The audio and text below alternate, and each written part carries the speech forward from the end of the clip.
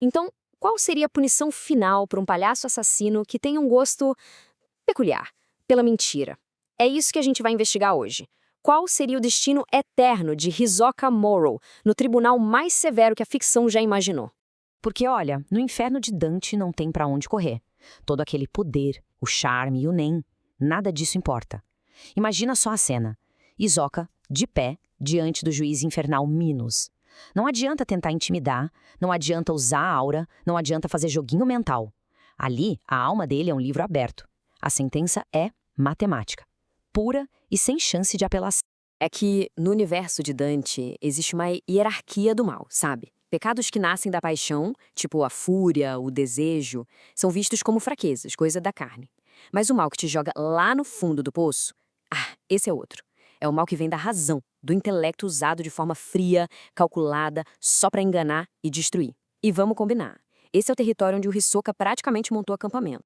Ok, eu sei o que muita gente deve estar pensando. Ah, mas e aquela excitação toda dele na batalha, isso não é luxúria? E, sim, é uma primeira impressão válida, mas seria um erro colocar ele no círculo da luxúria. Pensa bem, os luxuriosos são arrastados pela paixão, eles perdem o controle. O Hisoka, ele nunca, jamais perde o controle. Ele não é vítima dos próprios impulsos, ele é o maestro que rege essa orquestra macabra, usando cada impulso como uma arma. Tá, então luxúria tá fora da jogada, o que nos leva ao próximo suspeito, óbvio, a violência. E aqui o caso contra ele é forte, né? A lista de vítimas é gigante.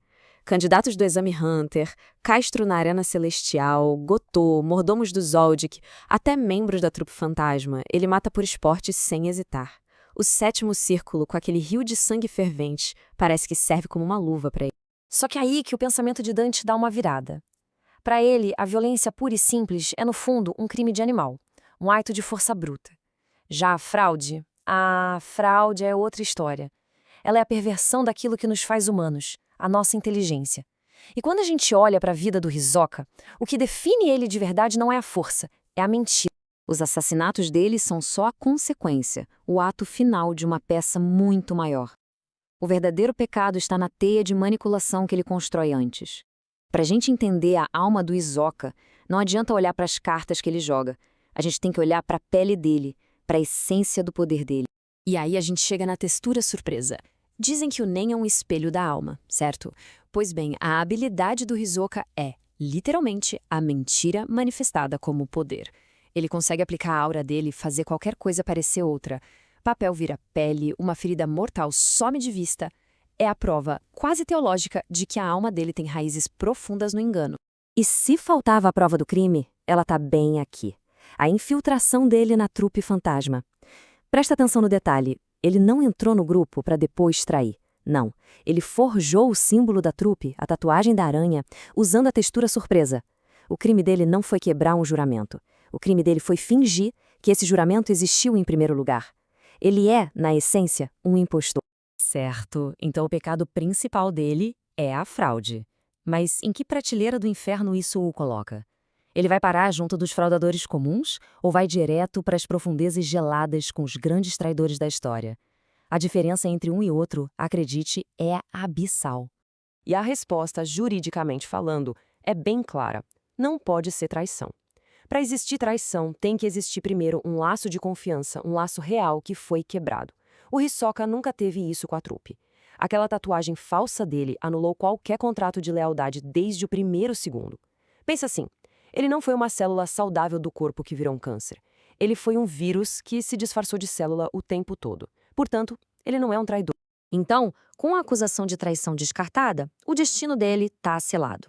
A alma de Hisoka pertence ao oitavo círculo, o Malebouge, o reino da fraude.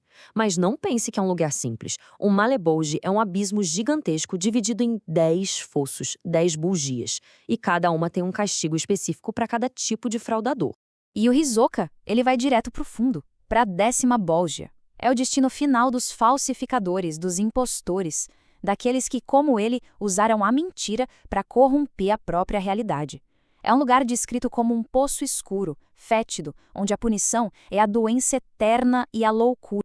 E o castigo começa de forma terrivelmente irônica. A primeira punição, A perda total da estética. Ele, o Hisoka, tão obcecado com a aparência, com o estilo, é coberto por uma doença que o desfigura, uma espécie de lepra que nunca cura. A pele dele, a mesma tela que ele usava para criar ilusões com a textura surpresa, agora apodrece e cai aos pedaços. E o pior, o NEM dele não funciona mais para esconder essa decadência.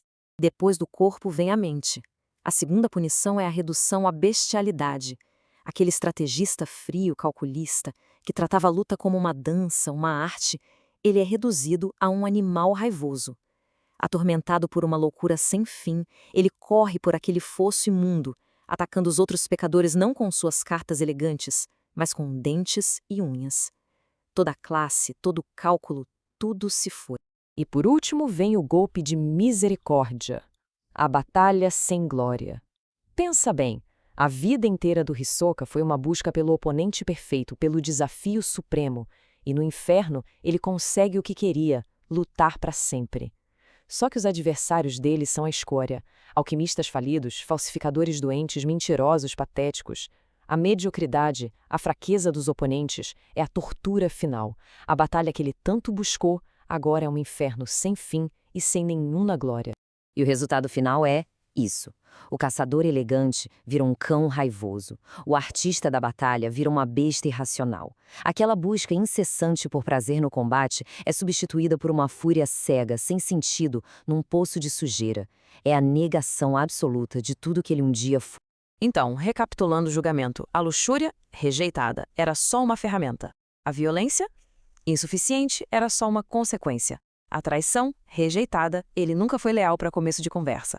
O crime que assina a alma dele, o veredito final, é falsificação de pessoa. E o destino? Confirmado. 10ª Borgia do 8º Círculo. É a ironia final, não é? O mágico que dedicou a vida a transformar mentiras em realidade é condenado a uma realidade de dor que não dá para negar, que não dá para esconder. Um palco onde as cortinas se fecharam e as luzes se apagaram para sempre. E, no fim das contas, a pergunta que fica é essa. O que sobra de um artista quando não existe mais público? O que sobra de um caçador quando não existem mais presas dignas? E o que sobra de um mentiroso quando ele é despido de todas as suas ilusões? O que de fato resta de Hisoka Amuro?